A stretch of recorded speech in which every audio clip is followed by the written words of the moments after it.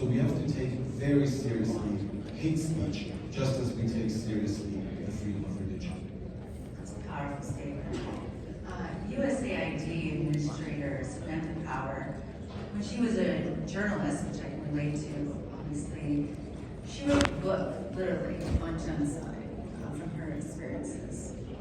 And last fall, I covered her announcement that she's going to start infusing everything on the ground that USAID does with the religious freedom, the spirit of religious freedom, working with religious freedom partners on the ground. But that's not an easy task. And Ambassador, you know firsthand, Ambassador Brownback, how difficult it is to make it a priority when there's so many pressing world issues. How difficult is it to